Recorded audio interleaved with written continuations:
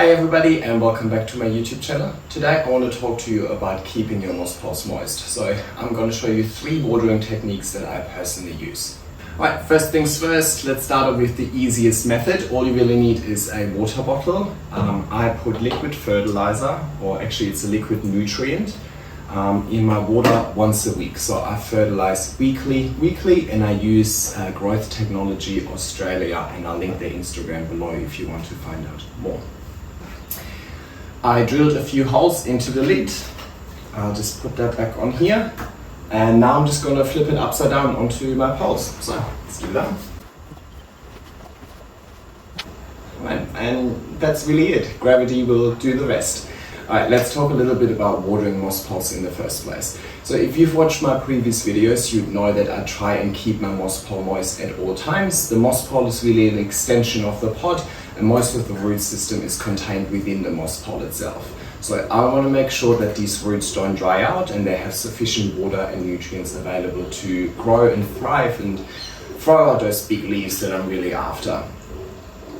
Now with the moss pole, because it has a very large surface area, the water is going to evaporate quite quickly. That's not a bad thing. All of that water evaporating is essentially giving your humidity a little boost anyway. So I don't mind that at all. But what it means is that the moss pole is going to dry out much quicker than the substrate in your pot. I only ever water the pole itself. I don't actually water the potting medium, and I just let gravity do the rest for me. That water is going to drip through the moss pole, and eventually if there is excess water, it's going to end up in the pot itself. I have all of my moss poles in a concrete planter, so if there's any excess water, that water is just going to drain into the planter, and maybe an hour or so after I watered, I just check the planter, and if there is any excess water, I'll just empty that. But over the time, I've gotten really good at actually knowing how much water each of my poles need. So I know that that 1 liter bottle isn't even going to drain all the way through. So it's just really going to keep the moss pole moist. Some water is going to get into the pot as well, so the potting medium is not going to be stone dry, but I don't really need to worry about overwatering, specifically given that I use an aeroid mix that is very well draining and aerated. Now another challenge you're going to face is that the top of your moss pole is going to dry out first, and that's just purely because gravity is making all the water drain down. So you're going to have the top being really dry, whereas the bottom of the pole might still be moist. So what I just do is I just water less, so maybe I'll just use half a liter and I just only let it drain through the top part of the pole, and it won't be sufficient water to actually drain all the way through.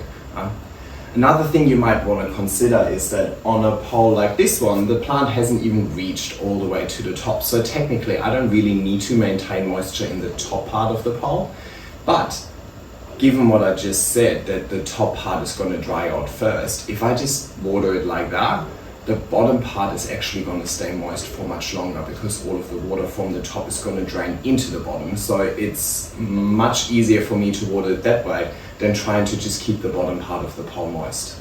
Alrighty, so while that's doing its own thing, let me show you the other couple of methods that I use. The second method I use is for a pole that hasn't really fully established yet. So I only potted that up last week, so I know that there aren't really any roots in that moss pole just yet. So there's no point in me keeping the entire pole moist for pretty much no benefit. So once I potted it up, for the first couple of weeks or months, depending on how long it takes for the plant to actually attach itself and climb up and off, I just use a pressure sprayer. I do put some liquid fertilizer in that pressure sprayer as well, and I'll just make sure that the part of the pole that the plant is supposed to attach to stays moist. Now, that technique is actually flawed because I'm essentially just misting the moss pole, and the surface area is just going to dry out pretty much immediately. So if you just spray your moss poles, you're gonna have to do it very frequently. Don't bother misting your moss poles at all. It's just gonna evaporate straight away. You want to thoroughly water your poles from the inside out and not just the surface. But at the moment, I'm not really worried about the inside of the pole being moist or containing moisture, because there are no roots in there. So as long as I can see that there's enough moisture in my potting medium, and you can see there's actually plenty, I didn't actually need to water this one, it's all good. And then I've got the third method, which I can't show you over here because it's by far the messiest, but I'll put a video up on screen. So basically, if the pole is nice and small, so it's easily manageable and I can just take it to the bathroom or the balcony, I just take them there and then I thoroughly spray the pole and the leaves with water first. When the moss pole is dry, it's actually hydrophobic, which means that it won't absorb water very well. So the water is just going to peel off, making things really messy. That's why I like to take it to the bathroom. So giving it that first initial spray makes the moss actually absorb a little bit of water, and then once the moss is moist, it's really good at actually retaining and absorbing additional water. I also like this method because it gets me a chance to clean all of my leaves. Clean leaves look nice, work better for the plant, and are probably preventing pest issues as well. So I like to do this as frequently as I can. So with my small manageable poles, I do that once a week. But with these larger poles behind you, I try to just do it at least once a month, just so I get the leaves nice and clean, free of dust and cat hair. After I've sprayed everything, I then take my water bottle and I just put the fertilizer in it, and then I thoroughly water and just pour it all over the moss pole. I'll then let it just drain for 30 minutes or so, and if there is any excess water, I will drain that. In here there is no excess water, so happy days. Brett, is this your first time on YouTube? I think so.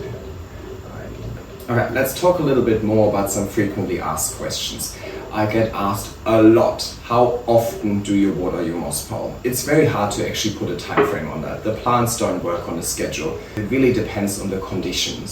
So in this room, for example, I have no way of actually controlling the environment. So the environment in here is pretty much whatever it is outside. So if it's a hot, dry summer week, then those moss poles might need a bottle on them every couple of days. If it's a really dark, rainy, wet week and it's just pretty much raining non-stop, and in here I've got humidity of about 90%, then of course the moss doesn't really dry out, so I don't need to water for maybe 10 days or so. So I can't give you an exact frequency on how often you should be watering. The question we should be asking is really, when should we be watering? So let me show you a little trick. I actually just let the moss pole tell me if it needs water or not. So this one I just watered, and if I squeeze it, you can hear nothing because the moss is thoroughly wet or moist. If I take this one over here, if I squeeze the top, which I haven't watered, I hope the camera picks this up. You can hear it's just super crunchy, right? So I know that this pole is thoroughly dry, not just on the surface area, but on the inside as well. Whereas if I squeeze the bottom, there is like a faint little crisp maybe. That to me just means that maybe the surface area is a little bit dry, but it's not fully bone dry. So in that instance, I wouldn't necessarily water the moss pole straight away. It's totally fine for the surface to dry out a little bit. Again, I see the pole as an extension of your pot, so I really just apply the same principles that I apply to my potting medium to my pole. So the surface can dry out a little bit, but you don't want it to dry out completely. So really what I do on a weekly basis, or on a daily basis almost, I just walk around the apartment and I give my moss poles a little squeeze. And if it's sounding too crunchy and dry, I take a water bottle and I flip it upside down. And that's really as easy as it is. But I can't tell you how often that might be. It depends on the species, it depends on whereabouts they are, it depends on how thick your moss pole is. It depends on how many roots and how many leaves the plant has and how much water it actually needs, right? So it varies, and you're best finding out by yourself rather than following exactly my schedule. If your moss pole dries out too quickly, it might be that you don't have enough moss in your moss pole. It might be that your moss pole is too skinny. The moss is what retains the water, so make sure your moss pole contains sufficient moss. I make mine in a 6 centimeter diameter. I think it's a good balance between being skinny enough to be light, but being thick enough to actually retain and contain enough moss to retain the moisture. Alrighty, so that's really as easy as it is. Gravity pretty much did all the hard work for me, making the water drain all the way through to the pole. I'll just check the pot in 30 minutes or so to make sure there's no excess water. And if there is, then I'll just empty it out. So here I'm just speeding up the entire video recording, and I think it's a great visualization of that water draining through the moss poles in the background. There's many creative ways of solving the moss pole watering issue. Those are just some techniques and methods that I've been using over the last couple of years, and they work really well for me. So I hope you guys can incorporate it into your own plant journey, and I hope you're going to have a lot of success with it. Thanks for watching. Feel free to like and subscribe, and take care.